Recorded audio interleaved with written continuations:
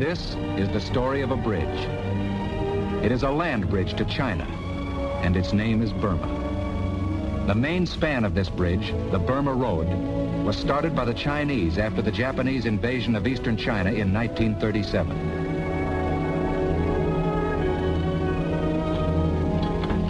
According to one eyewitness, it was scratched out of the mountains with fingernails.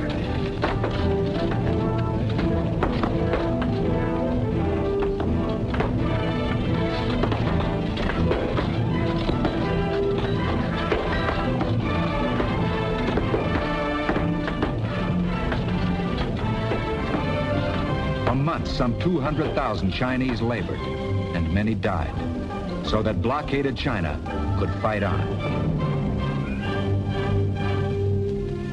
Late in 1938, the road was completed, following the ancient trade route used in the Middle Ages by caravans bearing silk and jade, amber and ivory.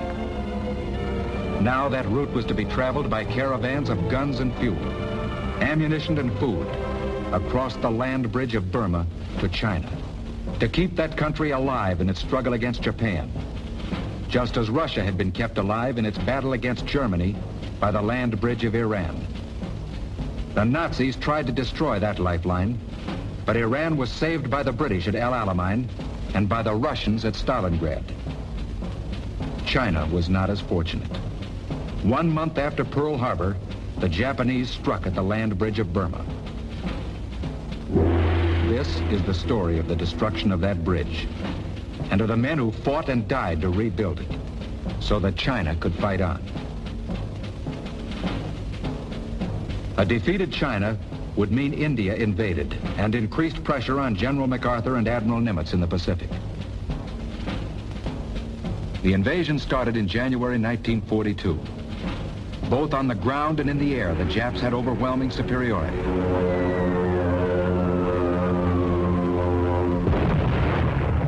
On the Allied side, General Alexander headed small forces of British, Indians, and Burmese. And General Stilwell commanded Chinese troops sent by Generalissimo Chiang Kai-shek. The Japanese sought to cut off China's supply line from Rangoon to Mandalay, and then to the Burma Road, running from Lashio to Kunming. They struck from the border of Thailand toward the vital port of Rangoon. Chennault and his American volunteer group, the Flying Tigers, together with small units of the RAF, helped to hold off the advance. The Japs attacked Rangoon in force.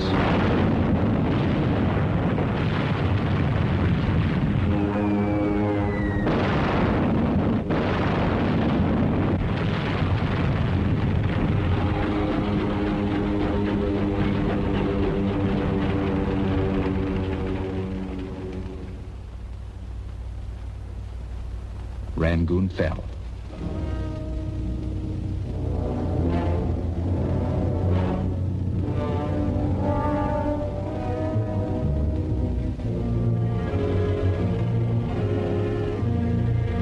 The enemy swept on to central Burma, along the road to Mandalay, where by air and ground, and with the aid of fifth colonists and looters, they destroyed that city.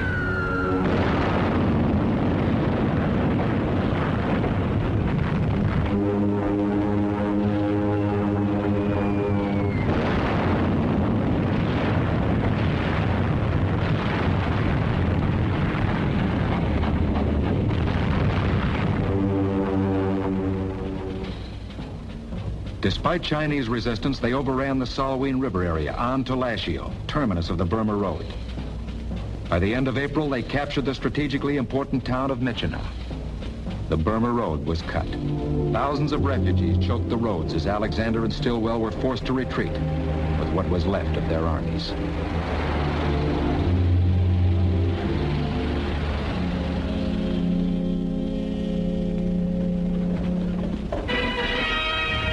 Last to leave were the demolition squads who scorched the earth, destroyed equipment, and put fire to oil supplies.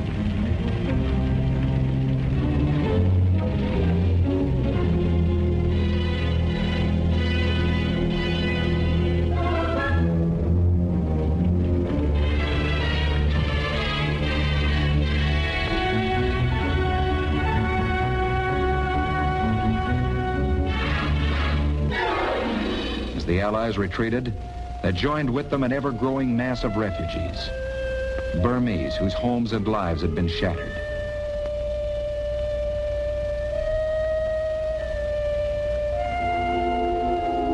The Allies did what they could for these refugees, and through brilliant leadership and individual fortitude, managed to keep ahead of the Japs.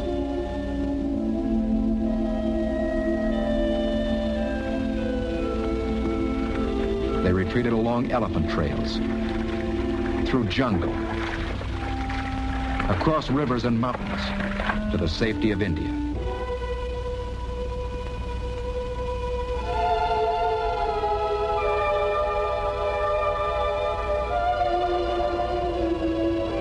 Stilwell said the last word on the campaign.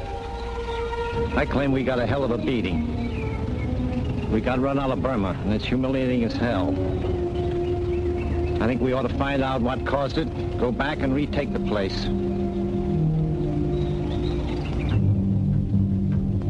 Burma covers approximately the same area as Texas.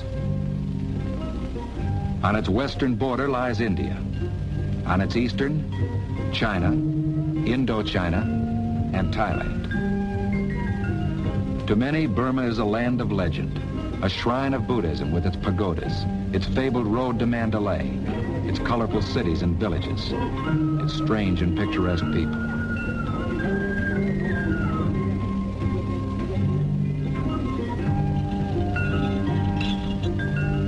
To the Allies, however, who were to fight there, Burma is a land of perpetual struggle against nature, with jungles so thick that whole armies can pass within a short distance of each other without detection. Wide and turbulent rivers that are almost impassable. Mountain barriers reaching their greatest height in the Himalayas, the highest range in the world. It's a land of extreme climate, intense cold, heat, and monsoon. Rainfall as great as anywhere on Earth.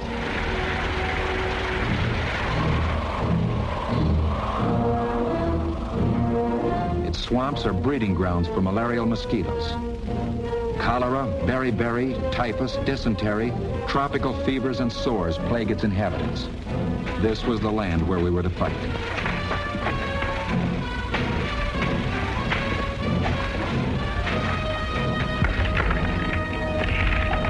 The task of reopening the land bridge of Burma was a tremendous one. General Stilwell's first act after the Japanese invasion was the formation of an American command, known as CBI, China-Burma-India.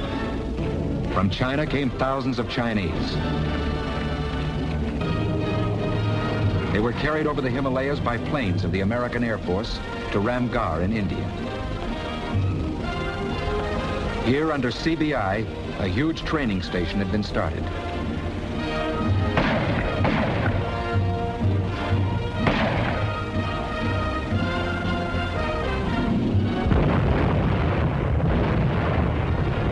On the British side, the Commander-in-Chief of India Command was Field Marshal Sir Archibald Wavell, later to become Viceroy and to be succeeded in his military leadership by General Sir Claude Auchinleck. On the shoulders of these men, there fell the responsibility of raising and training huge armies for the defense of India.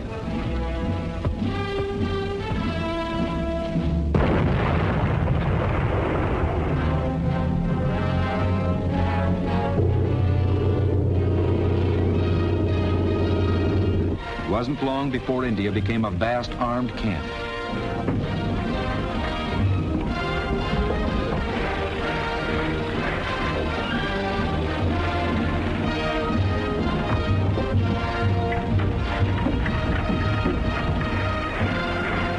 From the independent kingdom of Nepal came the Gurkhas. From the Naga Hills, Naga headhunters joined forces with the Allies. From East Africa and West Africa came more troops. From Burma came the Burma Rifles, and from the Chin Hills, Chin and Kachin tribesmen. Scots, Irish, English, Welsh, Australian, New Zealander, Indian, Gurkha, Burman, African, Chinese, American. Never was there such a polyglot army.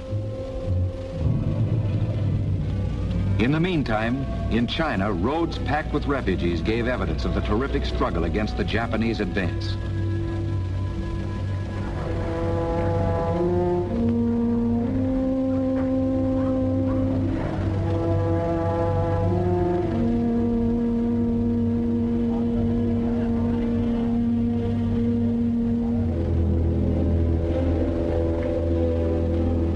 attempts to push through other trails.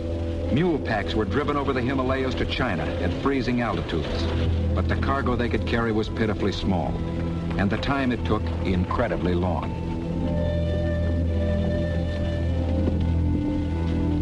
The first step was the construction of an air bridge across which supplies were to be flown by flyers of the American Transport Command, shuttling back and forth over what they called the hump. It was a slow process. Equipment had to be taken apart so that it could be loaded aboard planes.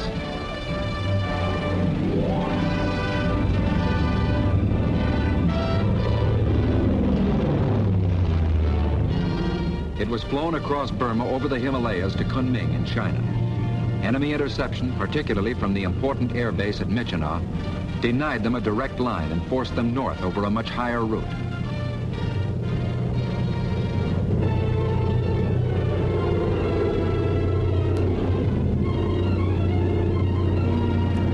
They flew across jungles, through mist and fog,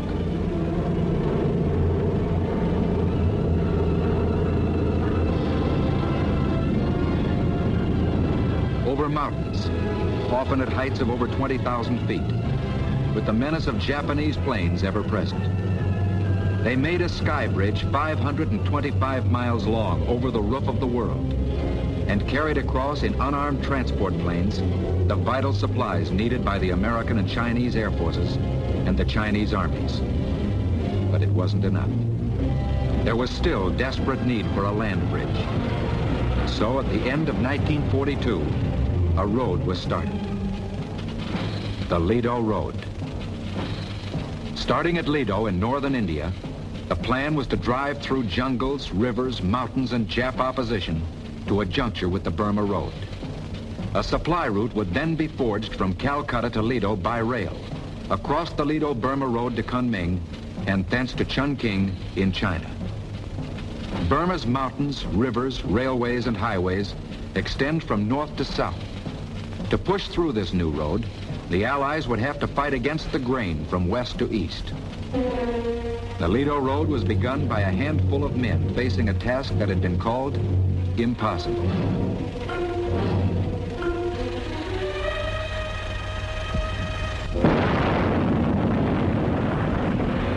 And so, with inadequate machinery and tools, a few American engineering units with a detachment of Chinese engineers and what Asiatic labor could be had started one of the greatest road building jobs in history.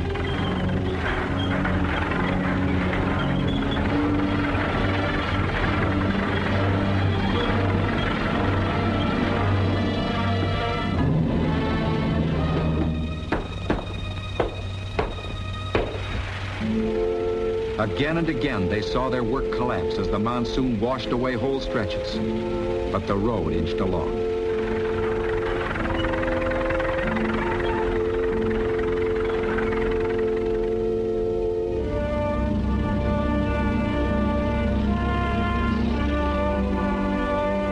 At the docks in Calcutta, second largest city of the British Empire, supplies from America and Great Britain and the factories of India were piling up, waiting to be hauled to the Ledo Road and the hump. Some of the supplies were sent by water up the Hooghly River to the Brahmaputra in primitive flatboats and barges. Almost as cumbersome a route was the Bengal-Assam Railway. It traveled a circuitous road, making long detours to outlying tea plantations, switching 3 times to different gauge rails over roadbeds that had to be constantly repaired as a result of the monsoon. The fastest method was by cargo plane from Calcutta, but as yet there were too few planes available for this purpose. During this time, there was a secret expedition that came to light when a small group of worn and haggard men emerged from the Burmese jungle. They were called the Chindits. Their name was taken from the Burmese name for a legendary animal that symbolized protection. Almost as legendary was their leader, Brigadier, later Major General Charles Ord Wingate, professional soldier, pioneer jungle fighter.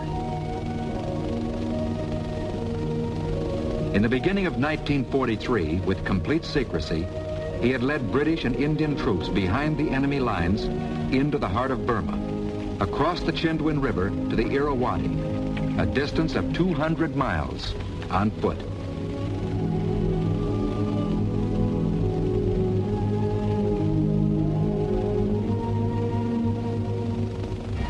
About this time, the first Quebec Conference took place between Roosevelt, Churchill, and the American and British Chiefs of Staff. Here, new plans were evolved for the war against Japan. A new command was formed, Southeast Asia Command, combining the British and American operations. The appointment of Supreme Allied Commander went to Admiral Lord Louis Mountbatten, former Chief of Combined Operations in Britain and leader of the Commandos. General Stilwell was appointed Deputy Supreme Allied Commander in addition to his duties as Chief of Staff in China and head of CBI. Back in Southeast Asia, Mountbatten set up his Allied headquarters, choosing as its emblem the phoenix, the symbolic bird that emerged from the ashes of a destroying fire. Meanwhile, on the Ledo Road, construction was progressing, with Colonel, later to become Major General Lewis A. Pick, in command of the engineers. The Ledo Road is going to be built, said Pick. Mud and rain and malaria be damned. As the bulldozers and tractors cleared away obstructions, Chinese infantry and artillery, trained by the American Army in Ramgarh, India, moved ahead to clear away enemy opposition.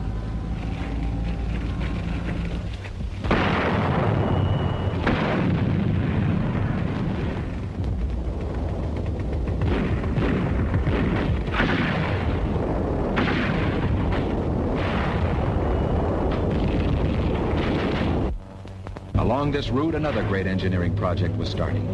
A fuel pipeline fed from India across Burma to China. Over 2,000 miles of pipe was laid, like a huge artery across the savage terrain to carry a transfusion of gasoline, diesel oil, and lubricating oil, each in its turn for the trucks and tanks, the machines and the planes that were fighting in China.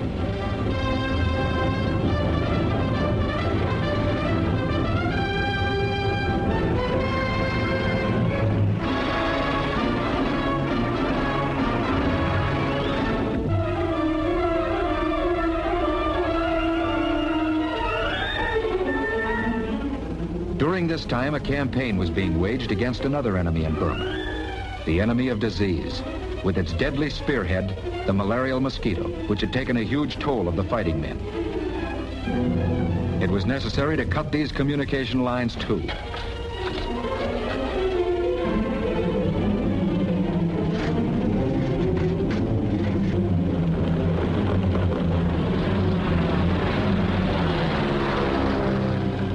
Another problem was the treatment of casualties from enemy gunfire.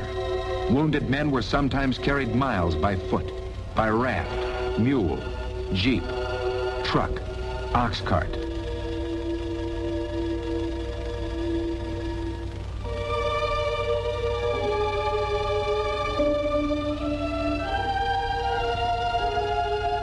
One of the great heroes of this campaign was Colonel Gordon Seagrave, formerly an American medical missionary who was with Stilwell on his retreat from Burma and went back to that country with a group of nurses of various native races and a series of mobile hospital units.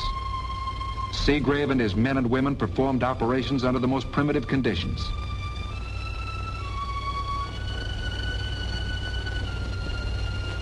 The conquest of disease made huge strides.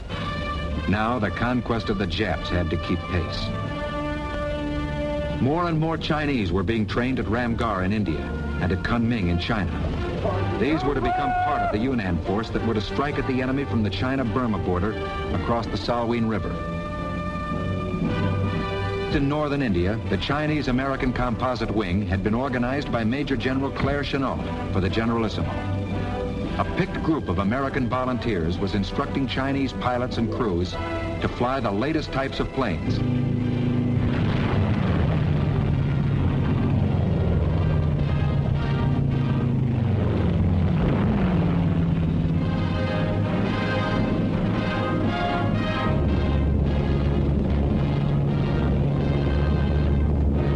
At another base in India, Brigadier, later Major General Frank Merrill was training the Marauders, a force of experienced American jungle fighters sent to CBI by General Marshall. There were less than 3,000 of them.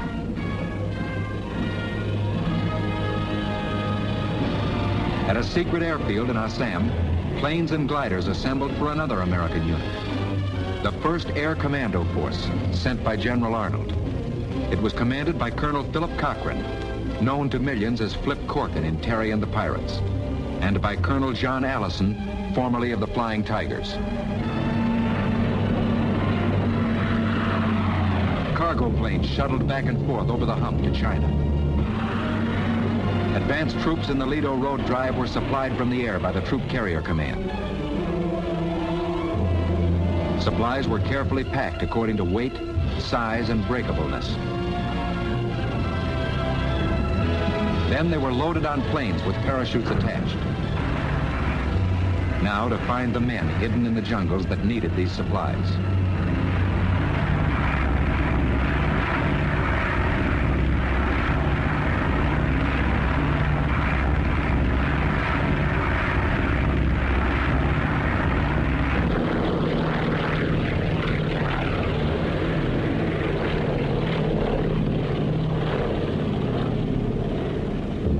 The Allied Air Force of British and Americans in the newly formed Eastern Air Command bombed and strafed Jap strongholds.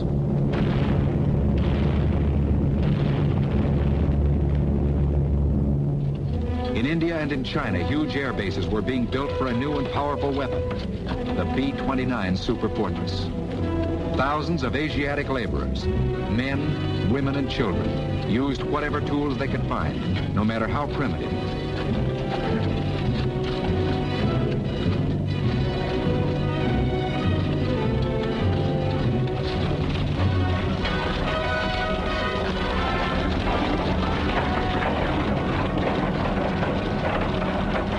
On the enemy side, the Japs gathered reinforcements into their Burmese garrisons and airfields to meet the growing strength of the Allies. In China, the struggle continued. The reopening of the land bridge had to be accomplished.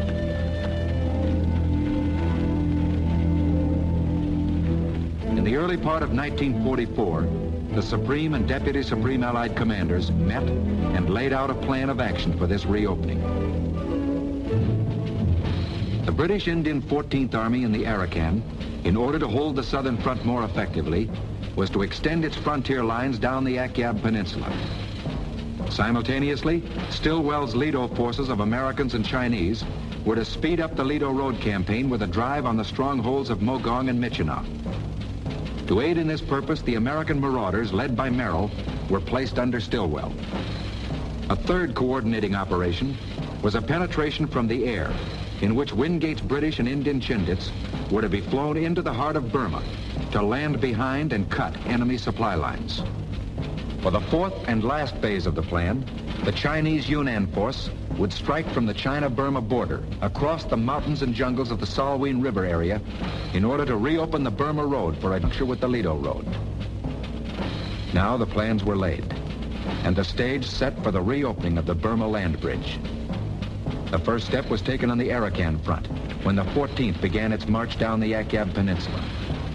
The army moved rapidly toward the towns of Mongdaw and Buthadong. However, the Japs succeeded in carrying out a flanking movement on our lines of communication, and, moving by night, seized the Nagaduk Pass, through which went the main road connecting our forward troops with the rear. For some time, it looked as though they had succeeded in cutting off a complete advanced division. From the air, RAF bombers opened an attack on the Jap positions in the Nagaduk Pass.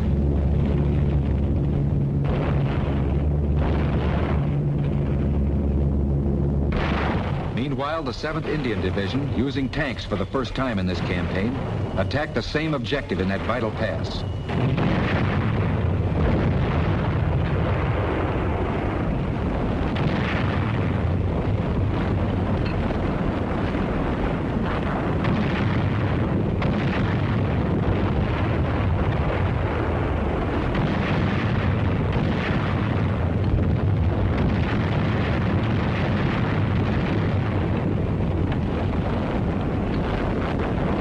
The 7th Indian Division finally succeeded in clearing the pass and relieving the beleaguered troops.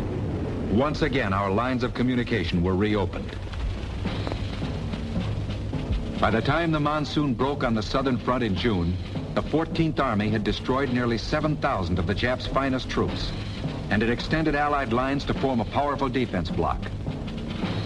The second blow for the reopening of the land bridge was struck by the Ledo force in an offensive to push the Ledo Road through Mogong to Michinaw. To aid in the drive on Michinaw, the American marauders acted as a flanking force, harassing the enemy in a series of left hooks. These marauders were seasoned jungle fighters, veterans of Guadalcanal, New Britain, and New Guinea. Men gathered together by a message which read, "The President of the United States has called for volunteers from experienced jungle troops for a dangerous and hazardous operation somewhere."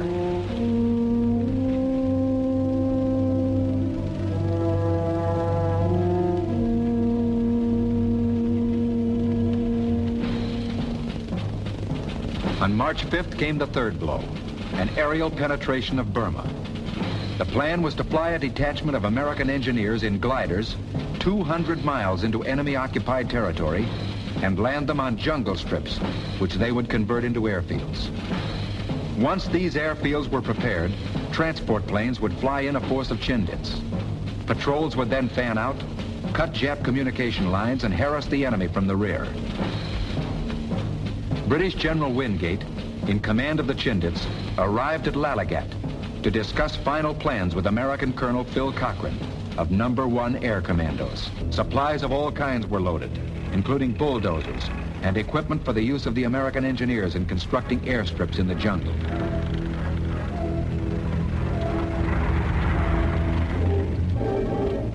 The pilots and crews gathered to hear final instruction from Colonel Cochran. Now, is there anything anybody doesn't know? If there is, let's get it straight now.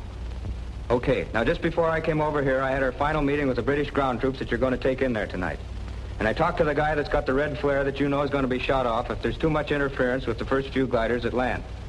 And he tells me that that flare's in an awful deep pocket and it's going to take somebody an awful lot of fining to get at it. So, if those guys have got that kind of heart and they got that kind of guts, it's up to us to get them in there so they can do their job and get them in right. Now tonight, your whole reason for being, your whole existence is going to be jammed up into a couple minutes, and it's just going to balance it there, and it's going to take your character to bring it through. Now, nothing you've ever done before in your life means a thing. Tonight, you're going to find out you've got a soul. Good luck. The transport stood ready for takeoff. Gliders were lined up. Suddenly, there appeared in the sky above a plane returning from a last-minute reconnaissance flight. Something was wrong. Photos revealed that the main field was hopelessly obstructed. Tree trunks and logs had been strewn over it, so the glider landings on this field were impossible. The troops waited for Cochran and Wingate to make a decision. It wasn't long in coming. Within 15 minutes, they were climbing into the gliders. An alternative strip known as Broadway was now to be the main airbase.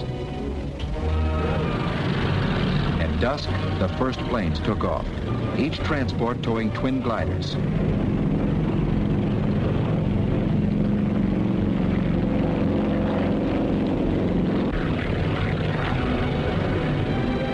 Within them, men sat silently, grimly, waiting for what lay ahead.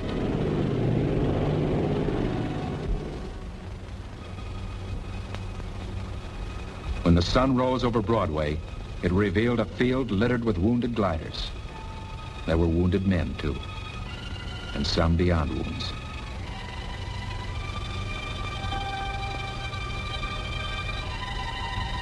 The first glider had bumped to a halt on a field rutted by buffalo bogs and elephant footprints, and strewn with large teakwood logs, hidden from the eyes of reconnaissance cameras by the tall grass. A second glider came in, then a third. They followed one another so fast that it was impossible to clear the field of obstructions and the wrecked gliders. The wounded were tended on the field. Patrols fanned out through the jungle to give protection to the small band of engineers and wounded. They buried their dead in the Burmese jungle. Their Burmese padre read the last rites, and his words mingled with the sound of bulldozers and tractors leveling the field, with the arrival that night of the first flight of transports, carrying the remainder of the airborne troops. By that afternoon, the engineers had completed their work. Broadway was open for business. That night and for 6 successive nights, RAF and American pilots of the Troop Carrier Command, led by Brigadier General William D. Old, flew back and forth between Lalagat and the jungle strip of Broadway, which became a base from which patrols of Chindits fanned out in all directions. With the arrival of RAF Spitfires and American P-51s on Broadway, air protection was made available to cover operations. But the enemy struck back. 8 days after our troops had landed, Broadway was attacked by Zeros in a series of raids.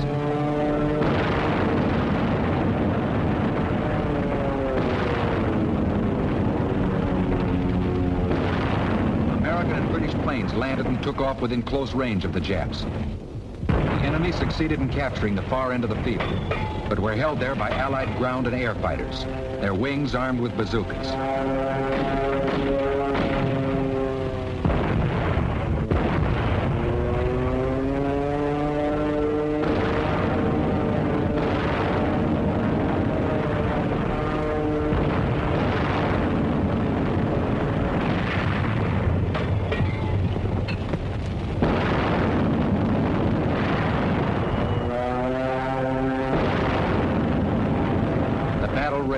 Died down as the guns of the enemy were silenced and its troops forced back into the jungle.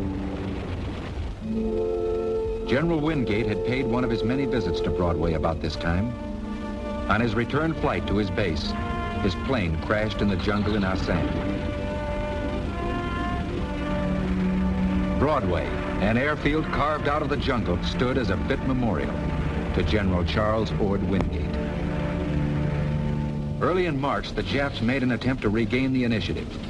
They moved 3 divisions to the Chindwin River, crossed it, and struck at Imphal in India in a powerful pincer movement aimed at cutting the Bengal-Assam Railway, carrying supplies to the Allied troops in northern Burma. Headlines all over the world blazed the news that Jap armies were on Indian soil, that India had been invaded. The announcements, as usual, were premature. But the Allied situation, nevertheless, was extremely grave.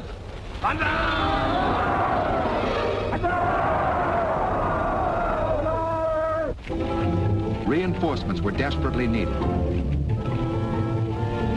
Once again, transports of the American Troop Carrier Command were called in.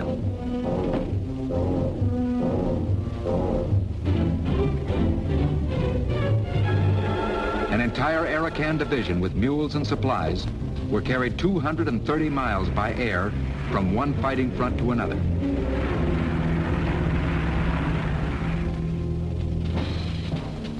By the beginning of April, one Japanese force was 8 miles from Imphal, while another had advanced on Kohima. They cut the roads surrounding Kohima, including the Manipur Road, the 14th Army's main supply line. At Kohima, a small hill station, a garrison of British and Indian infantry dug in and held on to a hill position overlooking the town.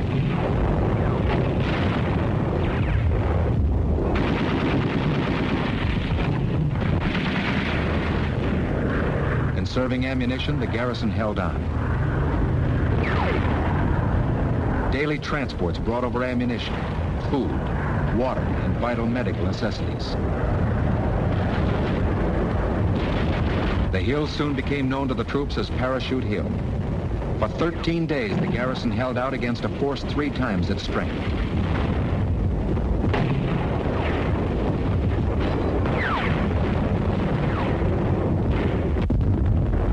Slowly, relieving forces began to arrive.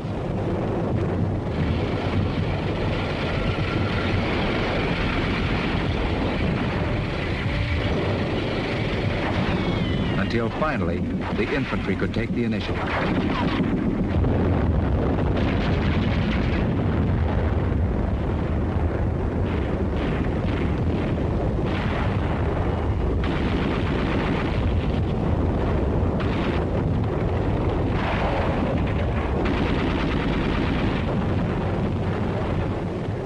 The Jap had suffered a costly defeat.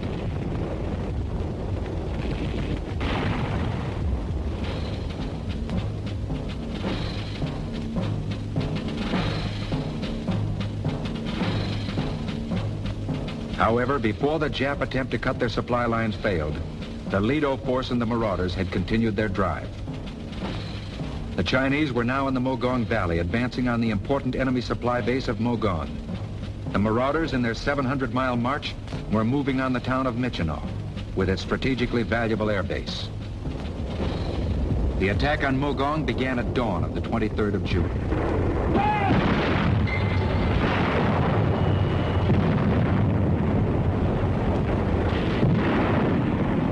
The Chinese forces advanced from the north.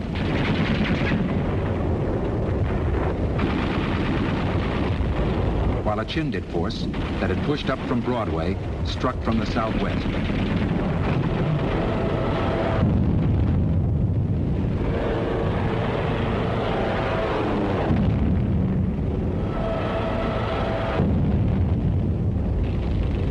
By the second day, the railway station was occupied.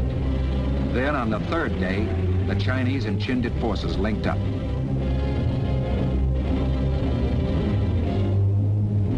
Meanwhile, the marauders, reinforced by Chinese troops, had marched for days in their drive toward the airfield at Michino.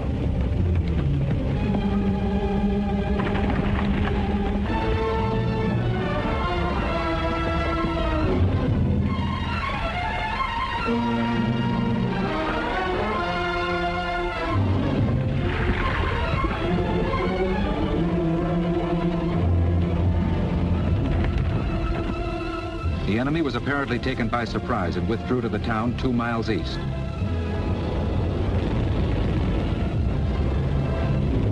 Over the air went 2 words: cafeteria lunch, the code signal indicating that Michino Air Base was in Allied hands. Within 1 hour of its capture, gliders flew over, bringing engineers to repair and improve the field. They floated down to make rough and dangerous landings under fire from the town.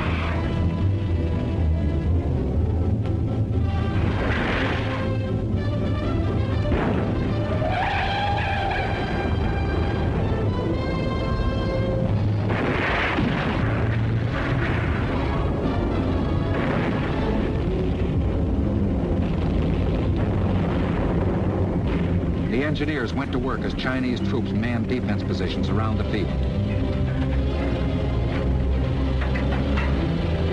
The monsoon started and driving rain made the task of the engineers doubly difficult.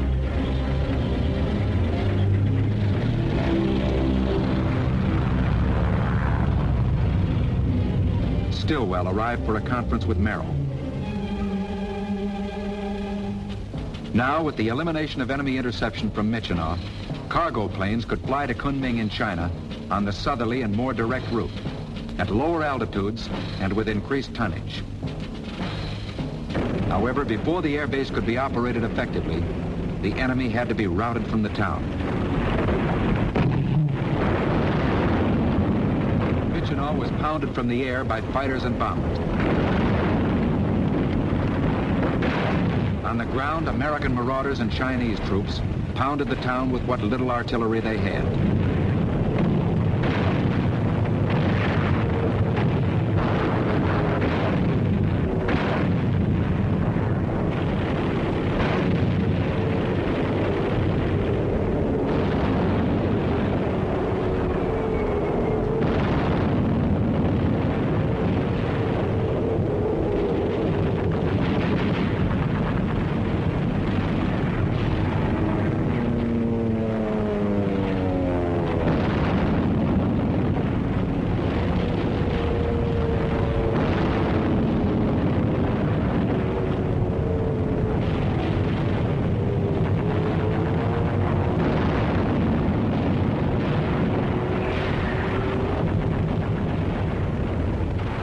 It was a long siege, 78 days, which finally ended in the complete destruction of the Jap forces defending the town.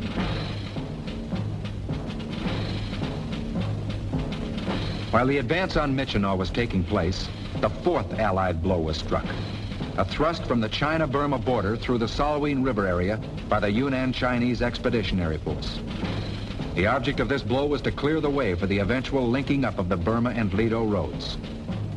To accomplish their task, 2 Jap strongholds, Lungling and Tengchung, had to be taken.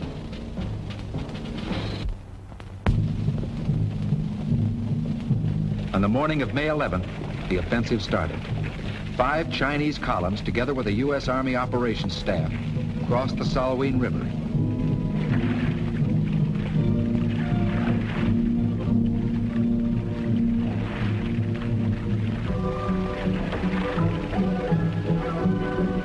And moved on to the world's highest battleground, the Kaoli Mountains, spur of the Himalayas. For days, they struggled up precipitous slopes until they sighted one of their goals, Tengchung. The siege began.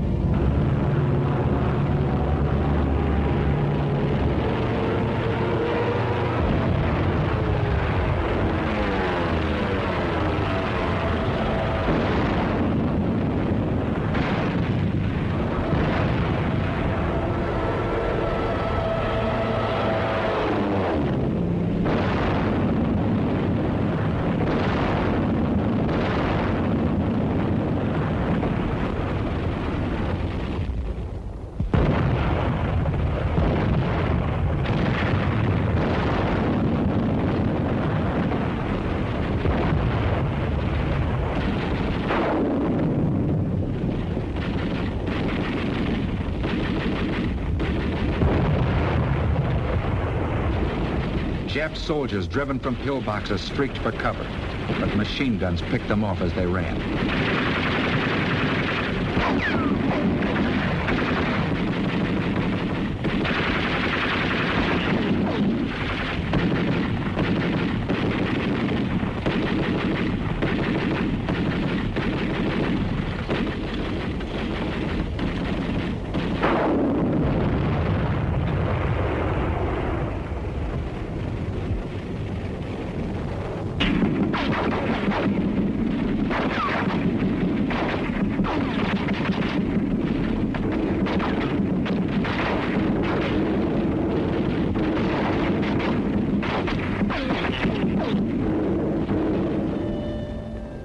Chinese wounded were carried back over the wrecked walls.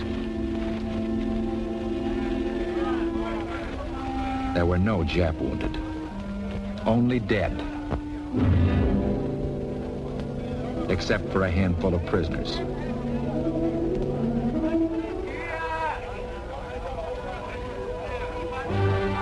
Tengchung fell, then Lung Ling, and the Chinese and American flags flew over these 2 key strongholds.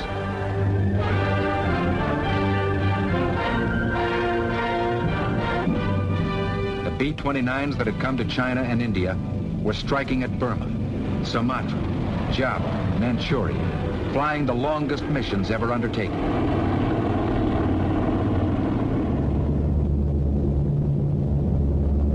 Finally, they struck at the heart of the Japanese homeland and dropped their bombs on Tokyo.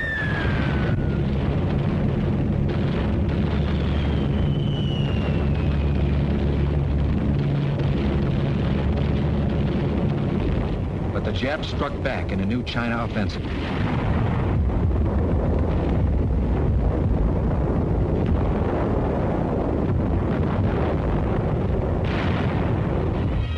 The American air bases that had been built in that country with such vast effort were in danger of being overrun by the enemy.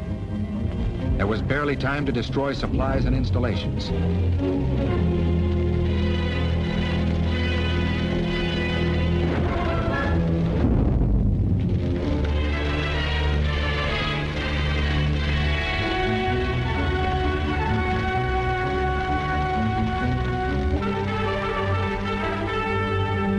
One air base after another fell before the onslaught.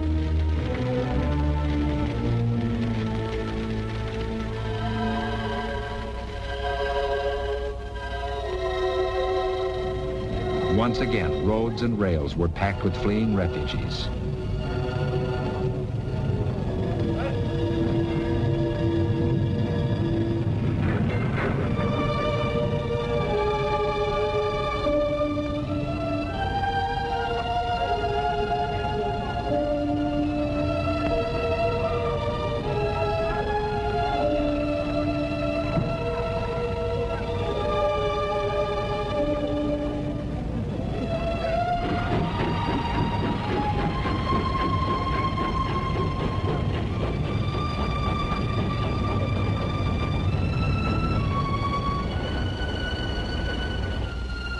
The offensive grew in strength until it had cut China in half. Now, unless supplies could be rushed through as never before, China faced total defeat. Tonnage over the hump was increased at a terrific rate. The pipeline that was already feeding the Allies in northern Burma pushed on so that it could feed the Allies in China.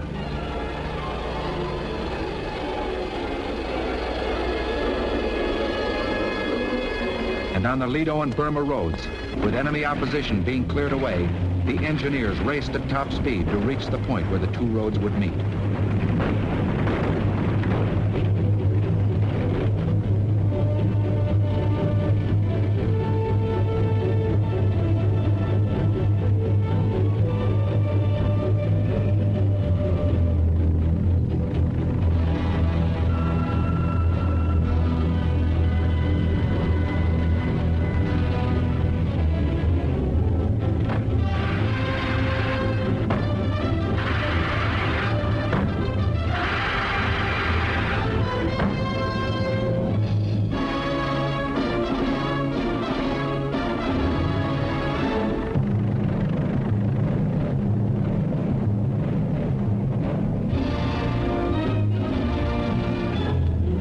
On a historic day in January, Brigadier, later Major General Pick, commander of the Ledo Road construction, met Lieutenant General Dan I. Sultan, who had succeeded General Stilwell as commanding officer of the India-Burma Theater.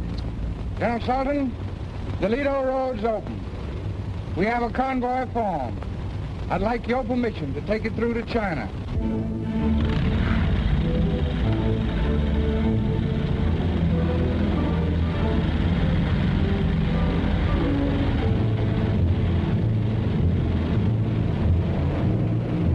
The first convoy was on its way from India to China across the 1,044 miles of the newly completed Ledo-Burma Road, now called the Stilwell Road, in tribute to the man who had dedicated himself to the building of this great project.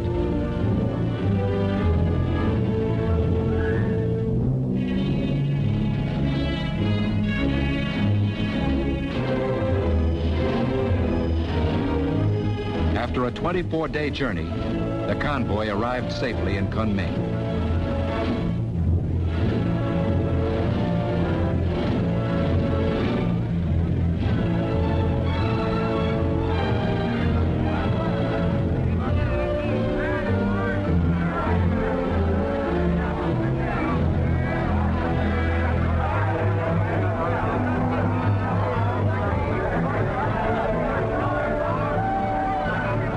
The Allies, British, Indian, Chinese, American, had fought, toiled, and bled. And now at last, China's land bridge had been rebuilt. Aid had come to China.